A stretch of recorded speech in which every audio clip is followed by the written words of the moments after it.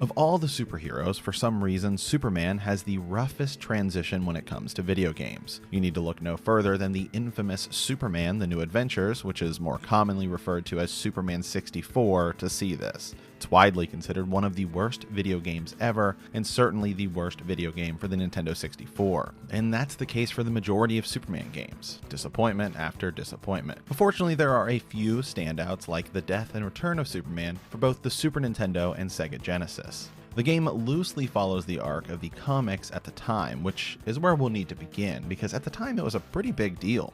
Superman, arguably one of, if not the most recognizable superhero from the beginning of comics, falls in his battle with Doomsday, an ancient Kryptonian mutant who is referred to as the ultimate killing machine. This actually gained some mainstream media attention, being covered by the Washington Post, Newsweek, and even spurred an SNL skit. While it did gain mainstream attention from the idea of killing Superman, ultimately what we have is a storyline that is widely considered to be one of, if not the best, Superman arcs. It's one of the main comic series used in the DC Extended Universe through Man of Steel, Batman vs. Superman, and Zack Snyder's Justice League. It's also used in the DC animated universe. There's an adaptation of these stories as well. In fact, there was even a planned movie in the 90s that was set to be directed by Tim Burton, who had had success with Michael Keaton's Batman and Batman Returns. In fact, there is even footage showing Nicolas Cage, of all people, to play Superman, but sadly, or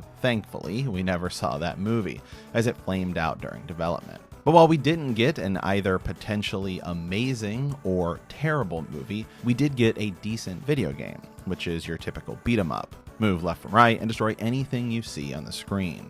You start the game as Superman, but after the second stage is where things really pick up. After the second stage, Superman is no longer playable until the end. Spoilers, even though it is the name of the story, but Superman dies in his battle with Doomsday. This is where the game really begins, because now you will rotate between Cyborg Superman, Superboy, the Eradicator, and Steel. Their backstory is actually told in the opening cutscene of the game, even though it's pretty short descriptions.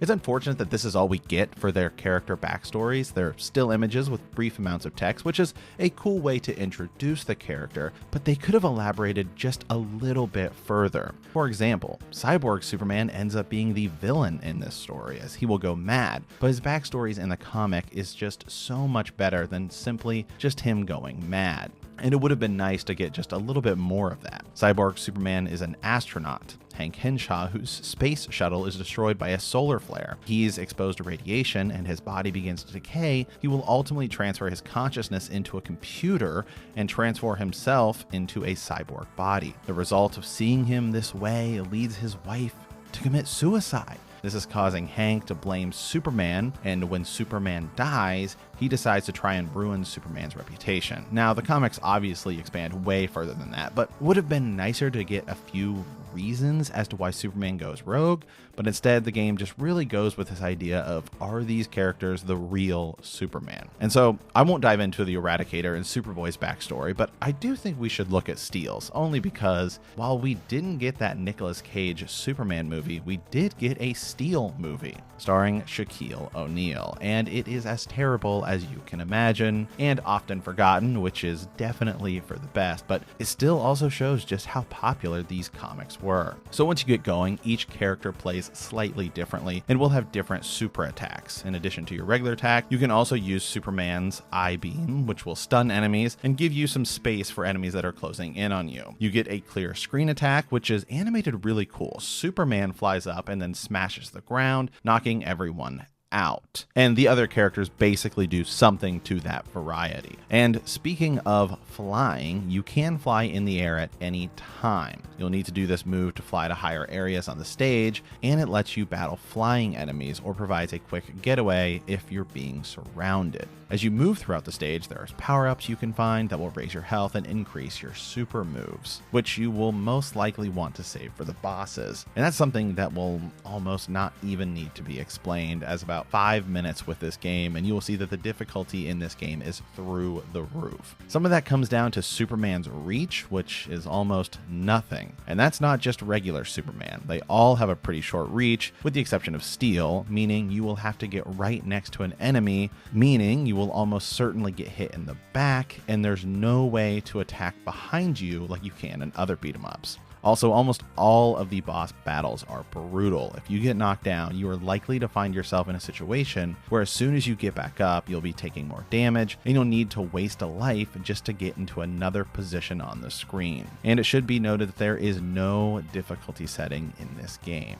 I will also say that this game is a bit too long, especially given its very limited number of enemy types and similar stage design. Even by beat-em-up standards, you'll feel like you're just doing the same thing over and over. Fortunately, there are a few flying sections that do make for a good change of pace. These play out sort of like a horizontal shoot-em-up, with the exception of the Steel stage where you have to fly and avoid obstacles that are shooting you in all directions. Graphically, this game is what you would expect from a 16-bit game of its era. There are a few slight differences in color palette between the Super Nintendo and Sega version, but they are basically identical. We'll say the Superman character sprites look good, and the animations look really cool, especially on the Eradicator.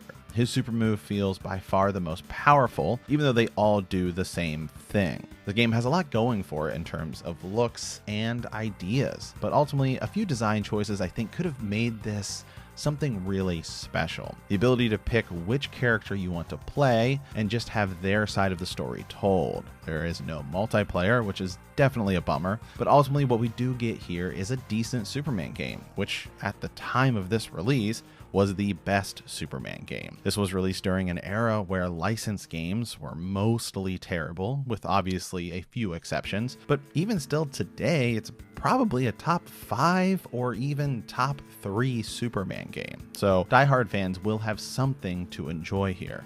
It's also a nice change up if you've exhausted The Final Fight, Turtles in Time, Batman Returns, and are looking for another good 16-bit alternative, and you can certainly do much worse. If you are looking to play this today, it goes for around $60 and up on either the Super Nintendo or Sega Genesis. There were not any direct sequels to this particular game, but as I mentioned before, there is Batman Returns, which I've reviewed before, if you specifically want another DC beat-em-up, and that game's is leaps and bounds better. But that's not to say this game is bad. It sort of falls somewhere in the middle of the Super Nintendo and Genesis library. Sure, you can certainly play Hyperstone Heist, Turtles in Time, Streets of Rage, etc., but it is nice to see that there is still quality outside of the big hits.